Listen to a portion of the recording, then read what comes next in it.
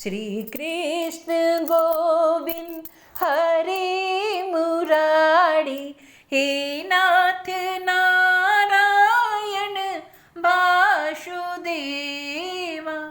अर्थ 53वां अध्याय, रुक्मणी हरण।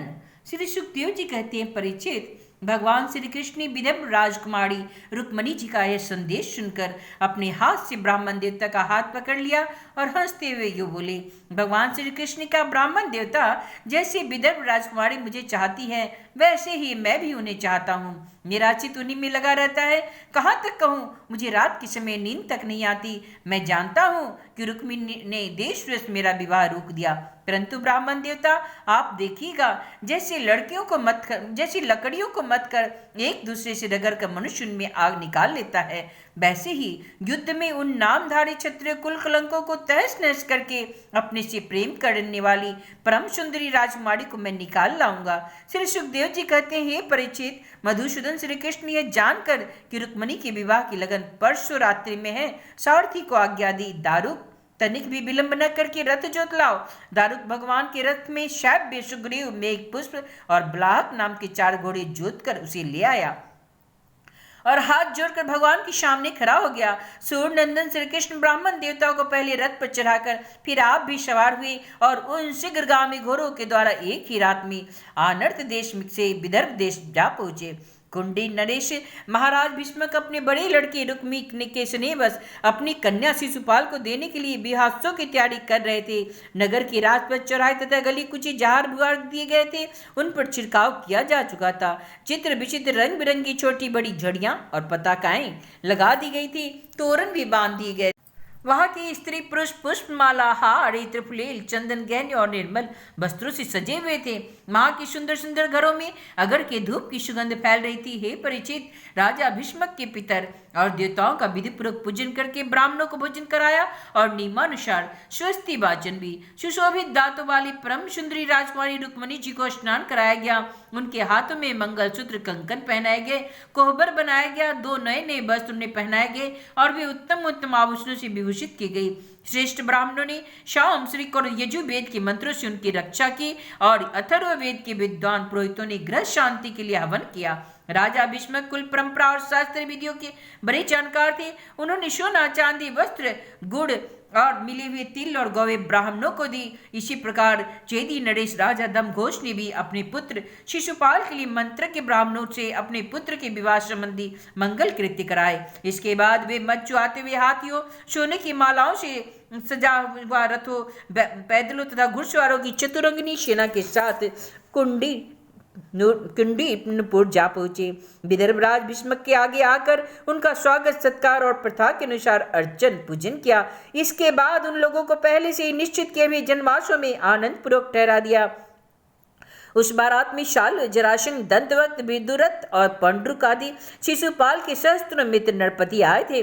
वे सब राजा कृष्ण और बलराम जी के विरोधी थे और राजकुमारी रुक्मणी शिशुपाल को ही मिले, इस विचार से आए थे। उन्होंने अपने अपने मन में यह पहले से निश्चय कर रखा था, यदि कृष्ण, बलराम आदि यदुवंशियों के साथ आकर कन्या को हरने की चेष्टा करेंगे तो हम सब मिलकर उनसे लड़ेंगे। यही कारण था कि उन राजाओं ने अपनी पूरी सेना और रथ, घोड़े, हाथी भी अपने साथ ले लिए थे। विपक्षी राजाओं की इस तैयारी का पता भगवान बलराम जी को लग गया था और जब उन्होंने यह सुना कि भैया श्री कृष्ण अकेले ही राजकुमारी का हरण करने के लिए चल दिए, तब उन्हें वहां लड़ाई झगड़े की बड़ी आशंका हुई। यद्यपि वे श्री कृष्ण का बल विक्रम जानते थे, फिर भी भातृस्नेह से उनका हृदय भर आया और वे तुरंत ही हाथी, घोड़े, रथ और पैदलों की बड़ी भारी चतुरंगिनी सेना के साथ कुंडीनपुर जा पहुंचे। इधर परम सुंदरी रुक्मणी जी भगवान श्री कृष्ण के शुभागमन की प्रतीक्षा कर रही थी। उन्होंने देखा श्री कृष्ण की तो कौन कहे, अभी ब्राह्मण देवता भी नहीं लौटे हैं, तो वे बड़ी चिंता में पड़ गई। सोचने लगी, अहो, अब मुझे अभाग्नि के विवाह में केवल 1 रात की देरी है, परंतु मेरे जीवन सर्वस्व कमल नयन भगवान अब भी नहीं पधारे। इसका क्या कारण हो सकता है, कुछ निश्चय नहीं मालूम पड़ता। यही नहीं, मेरा संदेश ले जाने वाले ब्राह्मण देवता भी तो अभी तक नहीं लौटे। इसमें संदेह नहीं कि भगवान श्री कृष्ण का स्वरूप परम शुद्ध है और विशुद्ध पुरुष ही उनसे प्रेम कर सकते हैं। उन्होंने मुझ में कुछ न कुछ तो बुराई देखी होगी, तभी तो मेरा हाथ पकड़ने के लिए, मुझे स्वीकार करने के लिए उद्यत होने पर भी वे यहाँ नहीं पधारे।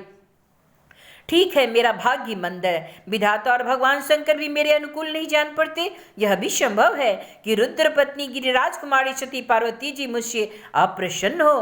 हे परीक्षित, रुक्मणी जी इसी उधेर बुन में पड़ी थी। उनका संपूर्ण मन, उनके सारे मनोभाव भक्त मन चोर भगवान ने चुरा लिए थे।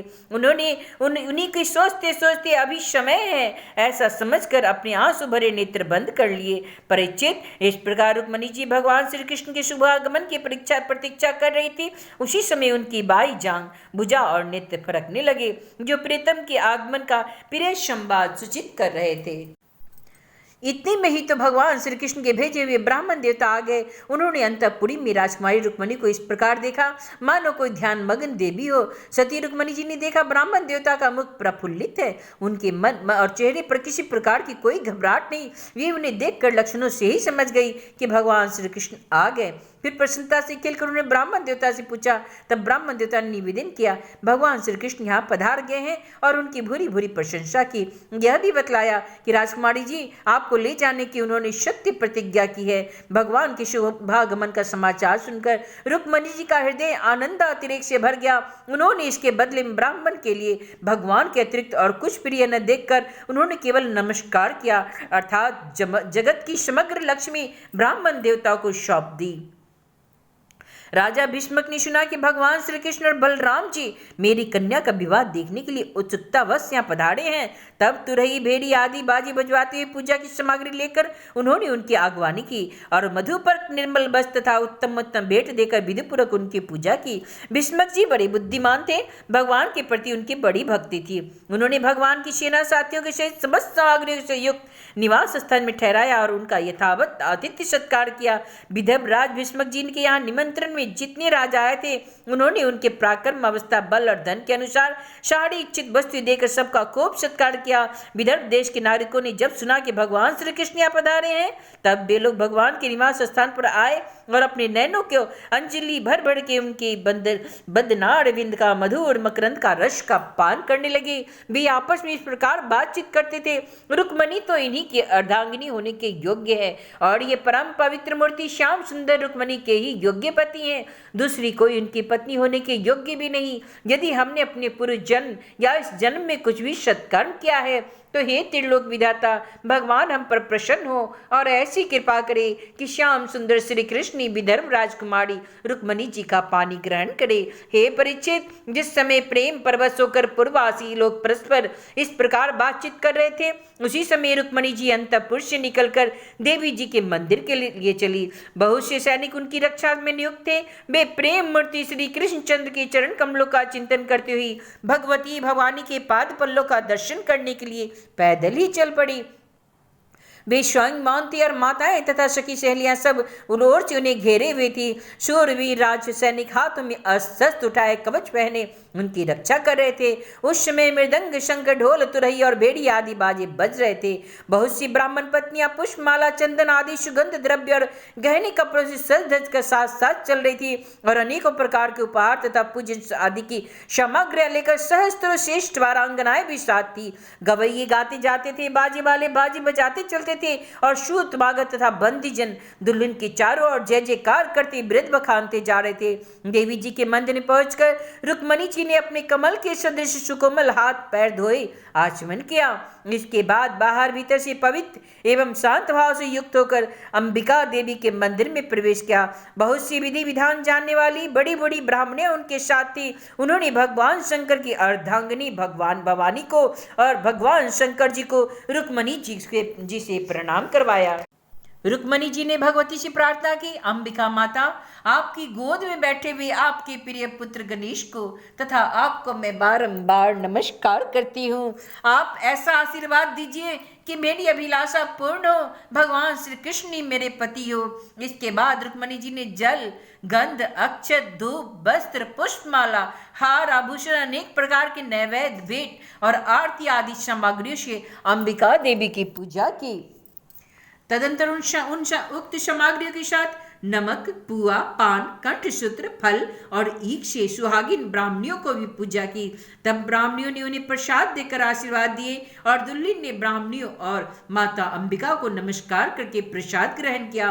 ऊर्जा अर्चना की विधि समाप्त हो जाने पर उन्होंने मौन व्रत तोड़ दिया और रत्न जड़ित अंगूठी से जगमगाते हुए कर कमलों के द्वारा एक सहेली का हाथ पकड़कर वे गिरिजा मंदिर से बाहर निकली। परीक्षित, रुक्मणी जी भगवान की माया की समान ही बड़े बड़े वीर वीरों को भी मोहित कर लेने वाली थी। उनकी कटी भाग बहुत ही सुंदर और पतली थे। मुख मंडल पर कुंडलों की शोभा जगमगा रही थी। वे किशोर और तरुण अवस्था की संधि पर थी।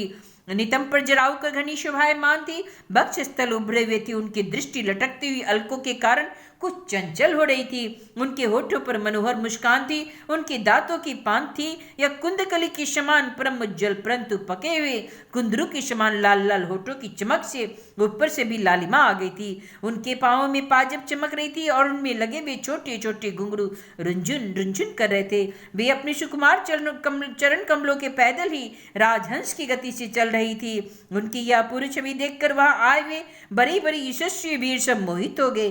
कामदेव ने भगवान का कार्य सिद्ध करने के लिए अपने बाणों से उनका हृदय जर्जर कर दिया।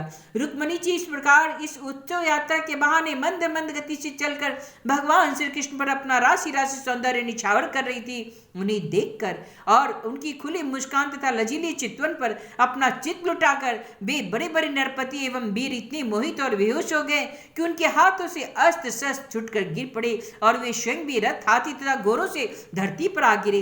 इस प्रकार रुक्मणी जी भगवान श्री कृष्ण के शुभागमन की परीक्षा करती हुई अपने कमल की कली के समान सुकुमार चरणों को बहुत ही धीरे धीरे आगे बढ़ा रही थी। उन्होंने अपने बाएं हाथ की अंगुलियों से मुख की ओर लटकती हुई अलके हटाई और वहां आए हुए नरपतियों की ओर लजीली चितवन से देखा। उसी समय उन्हें श्याम सुंदर भगवान श्री कृष्ण के दर्शन हुए। राजकुमारी रुक्मणी जी रथ पर चढ़ना ही चाहती थी कि भगवान श्री कृष्ण ने समस्त शत्रु के देखते देखते उनकी भीड़ में से रुक्मणी जी को उठा लिया और उन सैकड़ों राजाओं के सिर पर पांव रखकर उन्हें अपने रथ पर बिठा लिया, जिनकी ध्वजा पर गरुड़ का चिन्ह लगा हुआ है। इसके बाद जैसे सिंह सियाड़ों के बीच में से अपना भाग ले जाए, वैसे ही रुक्मणी जी को केवल भगवान श्री कृष्ण, बलराम जी आदि यदुवंशियों के साथ वहां से चल पड़े। उस समय जरासंध के वशवर्ती अभिमानी राजाओं को यह बड़ा भारी तिरस्कार और यश कीर्ति का नाश सहन न हुआ। वे सब के सब चिढ़कर कहने लगे, अरे धिक्कार है हमें, आज हम लोग धनुष धारण किए खड़े रह गए और ये ग्वाले जैसे सिंह के भाग को हरिण ले जाए, इसी प्रकार हमारा यश छीन कर ले जा रहे हैं। इति श्रीमद्भागवते महापुराणे ब्रह्मंस्या संहितायां दशम स्कंदे उत्तरार्धे रुक्मणी हरणं नाम 53 अध्याय। श्री कृष्ण गोविंद हरे मुरारी, हे नाथ नारायण वासुदेव।